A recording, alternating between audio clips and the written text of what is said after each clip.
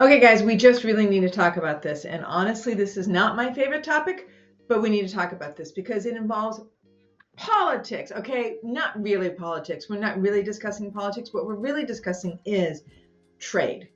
And we're talking about tariffs. We're talking about Trump and Trump's tariffs. Now, there's been a lot of movement on the stock market around Trump and his tariffs, and we dropped hugely when Trump first announced the tariffs at Liberation Day, and then we rebounded when he did the 90-day pause. But here's one of the things I'm also hearing on the internet is people talking about, is this going to be like the Great Depression? Or is it going to be like the Great Recession? And I'm going to tell you guys, I'm not seeing the reasons why it would be. So let's stop for a minute. We're going to look at the 1930s, what happened to the U.S. economy because of the 1920s and 30s when the tariffs did happen. That was a time which was similar to this, where there was a huge amount of tariffs that were passed into action. The U.S. economy in the 1920s and 30s was obviously heavily impacted by tariffs, particularly the Smoot-Hawley Tariff Act of 1930. The effects were tied to a broader economic context at the time. In the 1920s, the economy had already boomed post-World War I and was now driven by industrial growth, consumerism, and stock speculation. Hugely important, consumerism and stock speculation. Now, we're not necessarily in a very different state today, but here's what is truly becomes the cornerstone. Tariffs, like the Fordney-Macumber tariffs. Yes, I'm looking at my notes because I can't pronounce it correctly. The Fordney-Macumber tariffs of 1922, they raised duties on imports to protect American industries, encourage domestic production, but also limiting foreign trade. This contributed to global trade imbalance. That's true, and the European nations struggled to export to the U.S. while repaying war debt. The economy appeared strong, but speculative excess and uneven wealth distribution set the stage for trouble. Then the stock market crashed in 1929, but not just because of the tariffs. It crashed because the economy itself was having a problem, and the Smoot-Hawley Tariffs in 1930 worsened what was already in effect. The stock market had already crashed because of its own hyper market speculation. The crash was before the excessive tariffs were then put in place in 1930. And that correlation of timeline is hugely important because what we're seeing now is that the tariffs are being put in place, and then we're seeing the higher market volatility because of the tariffs. So this alone is the one point of why we should not be confused about why this would lead to something anywhere akin to the Great Depression. This is a reversal, right? So that you can stop listening right now if you want. There's more data coming your way, but that alone is one of the keystones of what is going on, right? The stock market crashed in 1929, triggered by the Great Depression, and then the 1930 tariffs worsened it. The tariffs raised duties on over 20,000 imported goods in history, was goods to historic highs, aiming to shield U.S. farmers and industries. But it backfired at that point because the stock market was already weak. The economy had already crashed. So trade collapsed with other nations, right? And other nations retaliated, much as they're doing today, right? Slashing U.S. exports and global trade plummeted. U.S. exports fell from $5.2 billion in 1929 to $1.7 billion by 1933. Now, I think it's important to understand that we are looking at, will this backfire? And that is one of the questions. I'm not going to talk about that a lot in this particular video, but that is the concern, and that is being managed by the Trump administration. You'll hear more about that later.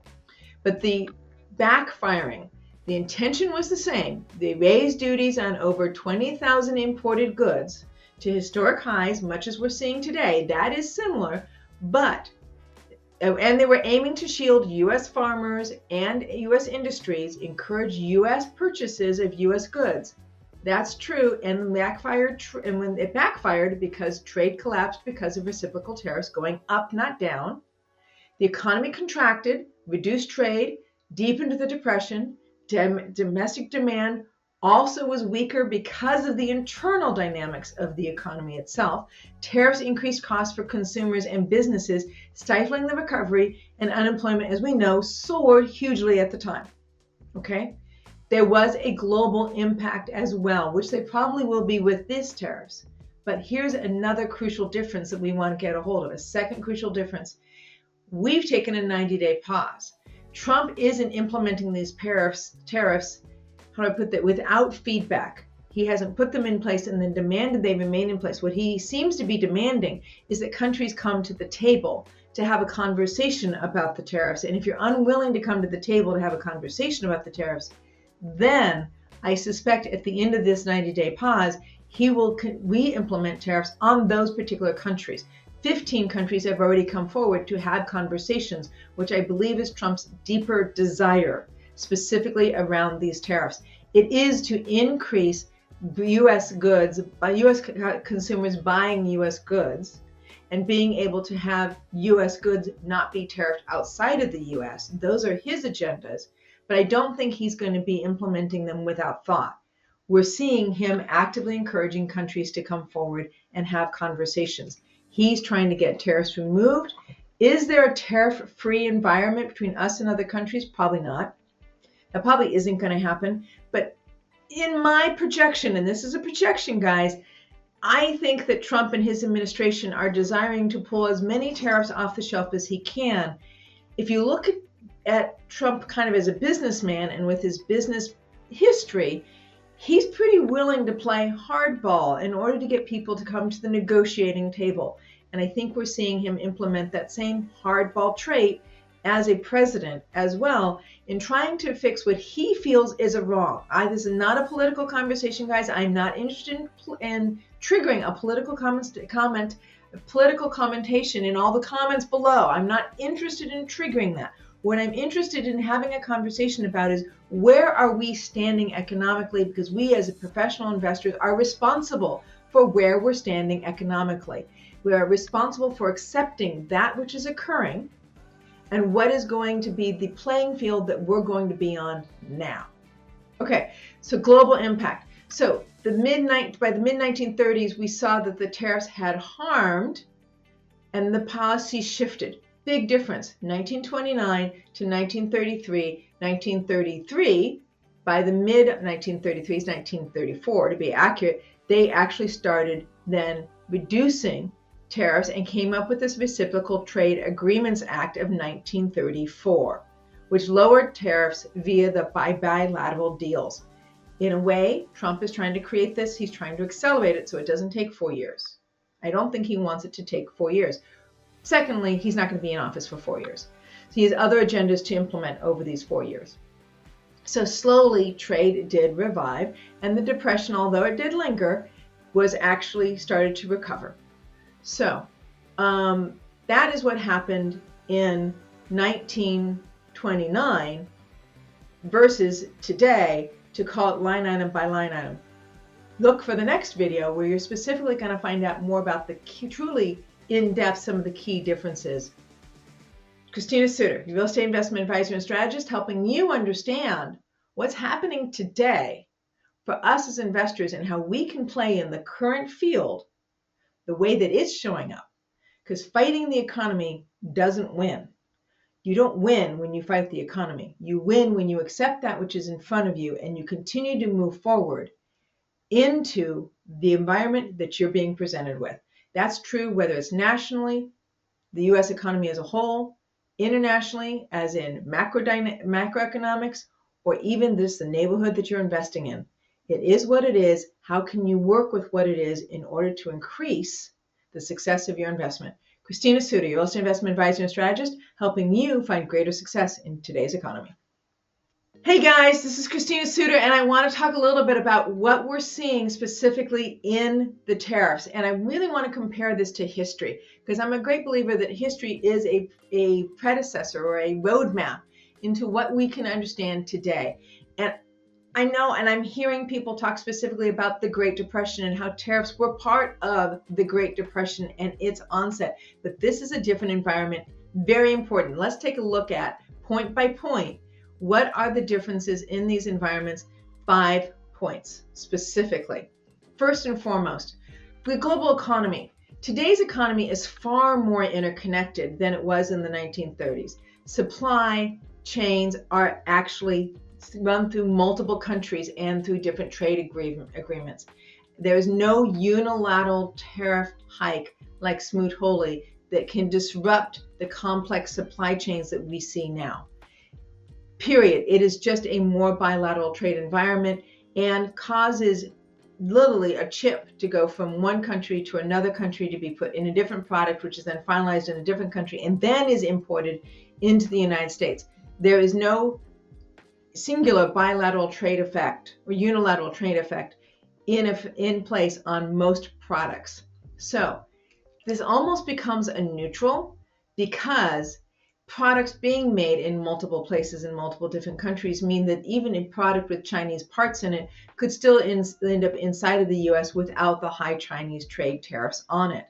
The other side of products is that a lot of products are assembled in China. And if they are assembled in China and they are the final distributor of that good, that product is going to have the higher tariffs on it. And effectively, trade between us and China should have come to a complete stop relatively quickly here.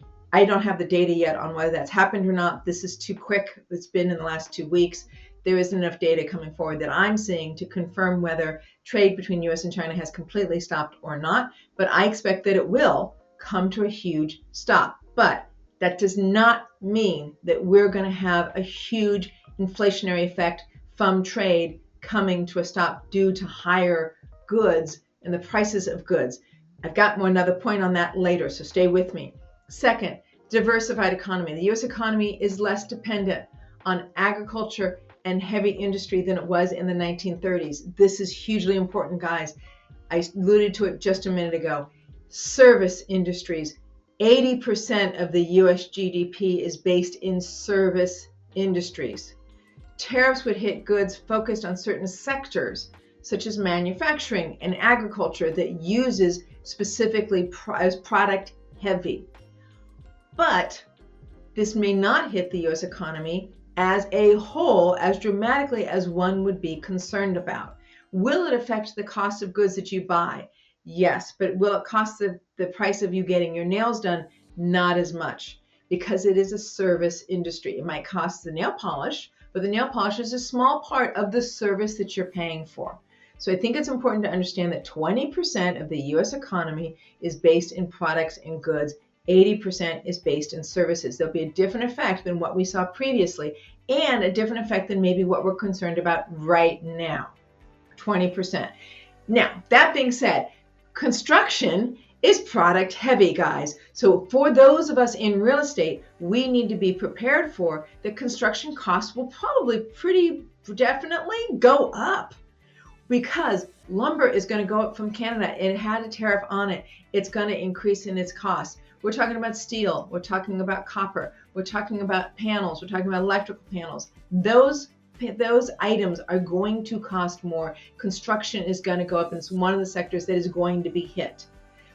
Neil talked about this, that you really, once you look at the 20% of the U.S. economy's activity, is that 20% of the U.S. economy's activity is actually the only activities directly related to goods, that we see that is a smaller percentage. And China is only a portion of the total goods that we buy. And China is one of the few countries where tariffs are now still in place because it's clear that China is not willing to play ball. So when you look at the total amount of tariffs and the total amount of imports that are actually based out of China itself, it is only a percentage. And I will have to find you guys that number because I don't have that today, but I'm going to have to look that up. So good news, bad news is as of April 10th, 15 countries have come to the table out of the 60 countries, 60 plus countries that Trump has put these trade tariffs against. And again, most of those are on pause today, but 15 countries have stepped forward, which is part of Trump's agenda. Okay, now we're going to talk about number 3, monetary and fiscal. So unlike the 1930s when the Federal Reserve tightening monetary policy worsened the Depression, modern central banks have much more sophisticated tools, and they have been using those tools, and they've been using them aggressively, both right before this and during this time period. There's interest rate adjustments, quantitative easing, there is fiscal stimulus, infrastructure spending cuts. They're also much more, the Fed is much more willing to create this. I constantly see on my phone Trump offering the $5,000 check direct to participants, to individuals. Maybe he will, maybe he won't. But the point is that the Fed and the Federal Reserve, the monetary policy, each have their own tools that they can pull. And as we know, Trump has asked if Powell is willing to decrease the discount rate in order to create more money flowing within the U.S. itself, since what he's creating is this external trade problem. It's a bubble around the United States. Inside the U.S., he's trying to create more flow of money in order to counterbalance the effects he's creating through trade and the stagnation he's creating through trade. Powell so far has refused, but maybe that'll change tomorrow. So let's be aware of the effect that Trump is trying to create here. He is not trying to necessarily just have our nation be in a depression.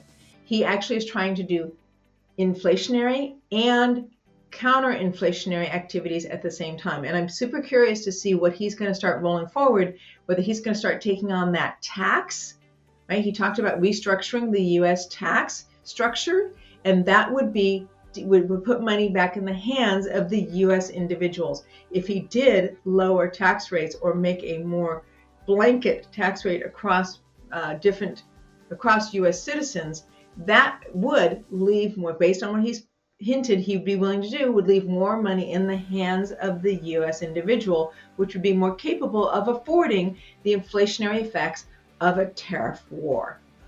So let's keep track of what's inflationary, what's deflationary that Trump's putting in effect. Tariffs is not the final conversation, guys, so don't live and die on this hill.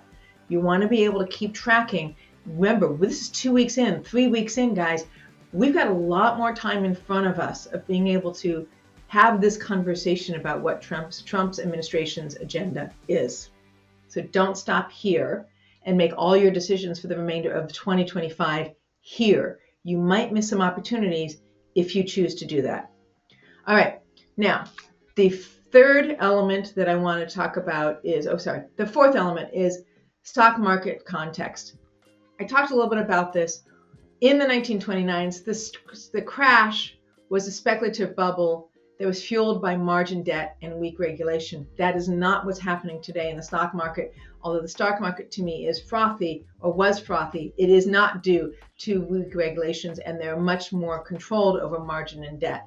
So when we had the tariffs put in place, there was higher volatility and higher debt levels in some sectors that in that time in the 1930s that were heavily affected by the tariffs. Now we have a stock market that's much more stable, has less unregulated margin debt against it, that is not as speculative, and has these stop gaps. So when we lose too much in one day, they'll literally shut the stock market down. So that alone has made for a more stable stock market. Therefore, the stock market did not weaken before the tariffs. The stock market weakened because of the tariffs. And we have seen it rebound very quickly as soon as Trump announced his 90-day pause. I think here I want to stop for a minute and talk a little bit about another comment I heard Neil Bawa say that to me was very enlightening. Trump is not necessarily a Republican president. He is a populist president. What does that mean? He's following the population. He's following the agenda of the population of this nation as he perceives it. So I think this is almost supported by the fact that as soon as the stock market started to have this huge dive because of his tariffs announcement, he's going, hey guys, there is going to be some temporary pain, but I'm not done. He's been saying that in his speeches, but beyond that, he put the 90-day pause in effect.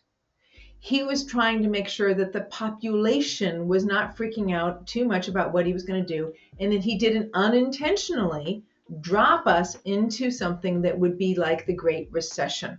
And I heard George Gammon talk about this on a podcast the other day, where George is going, there's a difference between creating temporary inflation due to tariffs and having a recession internally in the United States because of a lack of trade, and because we have recessions all the time, and dropping us into something where it becomes more of like the Great Recession or the Great Depression, where there is enough lack of consumer enough lack in consumer confidence and a concern in our actual real GDP, right? People's experience of their dollar because of inflation, and therefore creating a much deeper recessionary effect. The 90-day pause to me, I think, and I think George spoke to this, is a reflection on Trump's administration's awareness that we're not going to try to circle out of control on this, that he is, although he is strong in his statements, and he speaks of wanting to bring countries to the table because he uses that strong stance as a business model for him. We notice there's a 90-day pause, and he's softening some of his conversations about creating win-win conversations with other countries. I wish I had the quote on that I saw the other day, where he is talking about countries coming to the table so they can have a conversation. I'm sure it will work out all right. So I think that's part of the conversation of Trump being a populist president. He's interested in what the populace, the general population, is interested in creating. So, and I can see that. I can see that also. Another example of that I see is specifically in the way he manages to, the way he raises monies from his loyal supporters. He puts out 3 to 4 tweets a day, maybe 2 to 4 tweets a day saying, hey, what's your guys' opinion on? And then when you go to click on that little link, he will then let you fill out a poll and then ask you to pay in order to submit the poll. Okay, he's doing it to raise money, and that's been my opinion all the way along. But when I heard Neil's comment, I'm like, well, you know what? There are a lot of ways to raise money, including, are you in support of this opinion? Vote yes. Are you supporting that opinion? Vote no. Hey, add money to this particular campaign because you're going to get this in effect, so just donate today. He's relying very heavily in his marketing campaigns on what is your opinion on. That, to me, might actually, instead of it just being a really good marketing ploy, which is how I've been seeing it, that might literally be that he is seeking feedback and being responsive to feedback from the population of the United States. It doesn't mean he's going to change his stance, guys. It doesn't mean he's going to change who he is, but he might truly actually be reactionary to public opinion. That, to me, maybe gives us a little less concern, other than the positions that he has been taking up till now. So continue to watch for that he may actually be reactive to and responsive to. If this isn't working, he's not going to apologize, but he might back up a little bit. And but again, we're really 2-3 weeks into this conversation of him taking a huge stance that then has created a huge response, and him choosing to do the 90-day pause. Let's keep focusing on who is Trump in how he's going to respond when something occurs. Okay, the fifth piece and the last point that I want to point to is trade dependency. The U.S. is actually less reliant on exports. The U.S. is less reliant on exports than we were in the 1930s. Exports are 12% of GDP today versus a much higher level in the 1930s. But imports are significant in that we talked about that they are 15% of GDP or 20% of our total GDP. So tariffs will potentially raise the price of consumer goods, not the 80% of services that GDP is made up of.